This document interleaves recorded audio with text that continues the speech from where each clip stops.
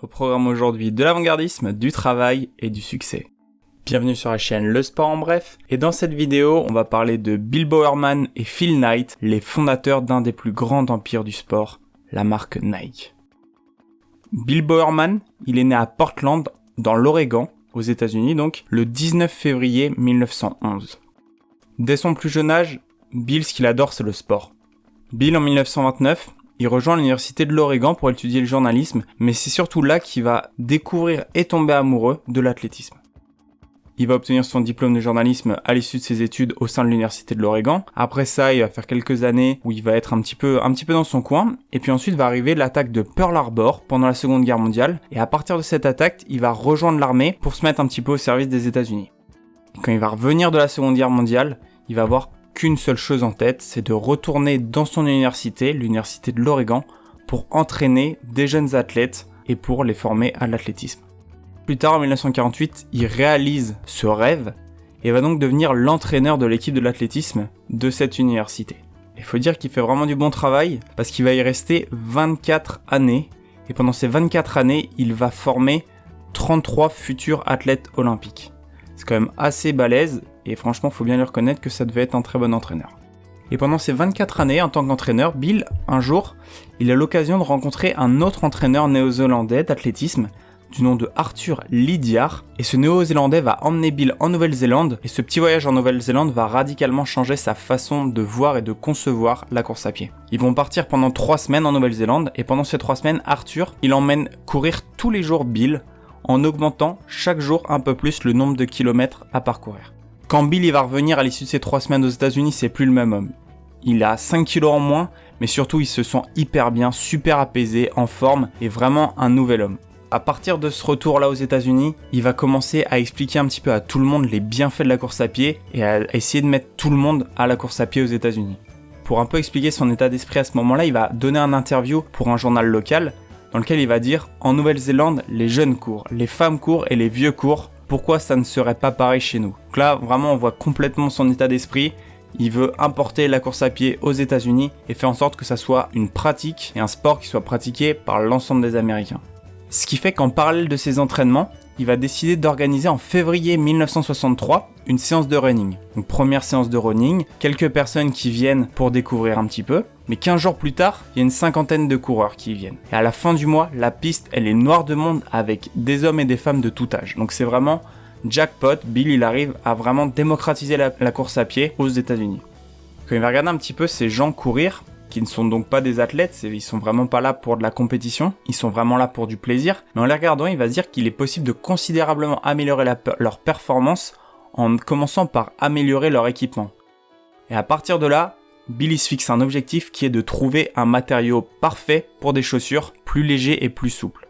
Bill, il va vraiment être obsédé par la lourdeur de la chaussure et il veut absolument les alléger. Cet objectif va être l'objectif de sa vie et qui va l'amener là où il est allé jusqu'à sa mort. Et en parallèle de ces petites séances de running avec des gens qui ne sont pas des athlètes, il continue d'entraîner à l'université de l'Oregon. Il va notamment entraîner un certain Phil Knight et cette rencontre va radicalement changer sa vie. Bill Knight, il est né le 24 février 1938. Il a été au lycée à Portland et il adorait la course à pied. Vraiment, c'est ce qu'il kiffait, il adorait le sport, mais particulièrement la course à pied. À l'issue de son lycée à Portland, il a intégré l'université de l'Oregon. Et là, il a toujours continué de courir parce que c'est vraiment quelque chose qu'il adorait. Et c'est donc là, comme il a dit, qu'il rencontre Bill Bowerman, son entraîneur d'athlétisme, avec qui il va créer des liens d'amitié. En 1959, Phil, il sort de l'université de l'Oregon avec un diplôme de journalisme, donc comme Bill. Mais en sortant, Phil, il est complètement perdu. Il sait pas du tout ce qu'il veut faire. Il n'a pas un objectif clair de vie. Il est vraiment perdu dans son avenir. Du coup, il va s'engager pour faire son service militaire et il va être dans l'armée pendant 1 année. À l'issue de ce service militaire, il va décider de s'inscrire à la Graduate School of Business de l'université de Stanford. Et là vraiment, ça va être un peu un déclic dans sa tête, il va se dire « ça c'est vraiment ce que j'aime ». Et notamment au milieu d'un de ses cours où il y avait un projet qui leur était demandé à tous les élèves qui était d'inventer un nouveau business, une nouvelle entreprise. Et Phil à ce moment-là, donc c'est vraiment un projet scolaire, et il se tourne vers le marché de la chaussure de sport et prend conscience que c'est vraiment ce qu'il a envie de faire. À partir de là, c'est le déclic dans sa tête, il se dit « je veux faire des chaussures de sport ».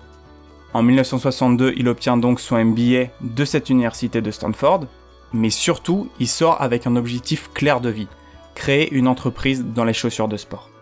À l'issue de son diplôme, il voyage un peu au travers du monde et il va notamment visiter le Japon, donc en novembre 1962, quelques mois après. Et au Japon, il va découvrir une marque de chaussures de course à pied, la marque Tiger. Phil va être très impressionné par la grande qualité des chaussures, mais surtout leur prix qui est très faible. Et directement, Phil, il va pas se poser de questions, il sait clairement ce qu'il veut, et il va réussir à conclure un accord qui vise à redistribuer ses chaussures aux États-Unis. À partir de là, il retourne à Portland, il trouve un travail, mais en parallèle, il travaille sur ce projet donc de distribution des chaussures Tiger. Et c'est à ce moment-là qu'il va recontacter son ancien entraîneur, Bill Bowerman, car Bill, on se rappelle, vraiment ce qu'il a envie lui aussi, c'est d'alléger considérablement le poids des chaussures de sport, donc il est vraiment tourné vers les chaussures de sport, et va lui proposer de s'associer pour distribuer ses chaussures en Amérique. À partir de ce moment-là, donc, Phil et Bill sont à deux et vont travailler sur ce projet-là. Et c'est là que l'histoire de Nike commence. En 1964, on a la société Blue Ribbon Sports qui va naître, qui n'est ni plus ni moins que l'ancêtre de Nike. Les deux, ils vont travailler vraiment en étroite collaboration, étant donné que c'est des cofondateurs, pour développer ce business et vont commencer à ouvrir des magasins un petit peu partout dans le pays. Ce qui va faire qu'à la fin des années 60, l'entreprise, elle est vraiment dans une bonne situation et elle fait des bons bénéfices. Mais en 1971, Phil et Bill, ils sont plus en osmose avec cette entreprise japonaise et ils vont décider de se séparer d'eux et de créer leur propre entreprise. On a d'ailleurs un ami de Phil, qui a été aussi un employé de Blue Ribbon Sports, qui va proposer d'appeler la société, cette nouvelle société, donc Nike, en référence à la déesse grecque de la victoire. Mais la création de Nike, elle a surtout été rendue possible grâce à Bill, qui était obstiné par la légèreté des chaussures. Parce que étant donné qu'ils s'étaient séparés de cette entreprise japonaise, ils n'avaient plus de produits, étant donné qu'ils étaient de simples distributeurs. Donc il fallait maintenant créer un produit. Et donc Bill, il était vraiment obsédé pour rendre les chaussures de sport légères. Pour ça, il a utilisé une multitude de textiles. Du cuir de kangourou, de la peau de cerf, de la peau de serpent et même de la peau de poisson. Mais ça n'a pas vraiment fonctionné. Et un jour, Bill, comme ça, un matin, il prend son petit-déj, il regarde son gaufrier et là, il a une idée de génie. Il se dit, mais pourquoi on ne pourrait pas fondre des semelles dans ce gaufrier ? Ni une ni deux, Bill, il prend ses affaires, il va dans un magasin, il va chercher quelques matériaux, il revient chez lui, il les met dans le gaufrier et là, il obtient une matière souple, élastique et légère. Il a vraiment réussi à trouver le matériau parfait pour des chaussures de sport. Et à ce moment précis où Bill il ressort ce matériau de son gaufrier, naît le modèle de chaussures Waffle Trainer, qui est donc le premier modèle de chaussures de Nike. Par cette histoire de gaufrier, on peut dire que Bill est l'inventeur de la chaussure de running. Du coup, avec ce petit tour de passe-passe de Bill avec son petit gaufrier, ils ont un produit et ils ont l'entreprise. Nike vient d'être créé et d'avoir son premier produit. Mais donc Phil qui est plus axé business tandis que Bill est plus axé technique, Phil il veut vraiment créer des produits qui vont être utilisés par les meilleurs athlètes du monde. Phil est vraiment plein d'ambition et ce qui fait aussi la réussite de Nike. Phil il va réussir à rencontrer et à faire la connaissance d'athlètes olympiques et il va essayer de leur faire comprendre que ils ont des chaussures pas mal et que ça serait bien qu'ils essayent de donner envie aux autres athlètes de les utiliser. Ce qui fait qu'en 1972, on a le modèle Cortez qui est utilisé aux Jeux Olympiques, donc à Munich de 1972, et qui a été un énorme coup marketing. Parce que dans tous les Jeux Olympiques, on a donc un marathon qui va se dérouler, et dans ce marathon, parmi les 7 premiers du classement général, 4 d'entre eux portent des Nike. Nike marche tellement bien, fait tellement une bonne impression et propose tellement des produits de qualité, qu'en 1980, la moitié du marché des chaussures de sport est couvert par Nike. Pendant ce temps-là, bien sûr, ils continuent de s'améliorer sur leurs produits, sur leur qualité, sur leur gamme, sur ce qu'ils proposent. Vraiment, ils essaient de proposer de plus en plus de choses. Et c'est vraiment une stratégie qui marche à merveille puisque juste avant les années 2000, Nike fait un chiffre d'affaires de plus de 10 milliards de dollars. Faut vraiment se remettre dans le contexte et à l'époque, c'est vraiment colossal. Donc vraiment, tout se passe pour le mieux pour Nike, une croissance exemplaire. On a 2 hommes, Bill et Phil, qui vont travailler d'arrache-pied avec Bill qui pendant 30 ans va continuer d'améliorer les produits et proposer des produits toujours de meilleure qualité. Tandis que Phil va lui gérer le business et le marketing en signant des contrats de sponsoring avec des acteurs majeurs du monde sportif. Ça fait quand même un bon nombre d'années que Nike a été créé et donc leurs acteurs principaux, donc notamment Bill et Phil, ils vieillissent et notamment Bill va s'éteindre en 1999 dans l'Oregon à 88 ans. Phil, lui, est un peu plus jeune, donc va continuer de porter sur ses épaules l'entreprise Nike et va notamment recevoir plusieurs distinctions suite à son aura et tout ce qu'il va faire avec l'entreprise Nike.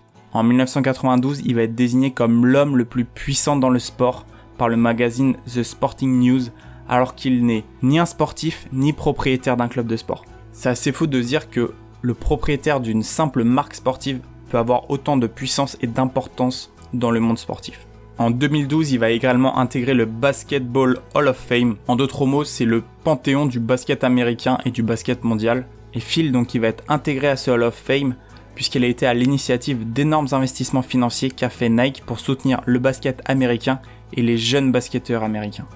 Aujourd'hui, Phil, il a 83 ans et sa fortune est estimée à 60,2 milliards de dollars d'après le journal Forbes. Voilà, c'est tout pour aujourd'hui, vous étiez sur la chaîne Le Sport en bref. J'espère que cette vidéo vous a plu et que vous avez pu en apprendre plus sur Phil Knight et Bill Bowerman, les fondateurs de la marque et même de l'empire Nike. Merci de m'avoir suivi et on se retrouve pour une prochaine vidéo.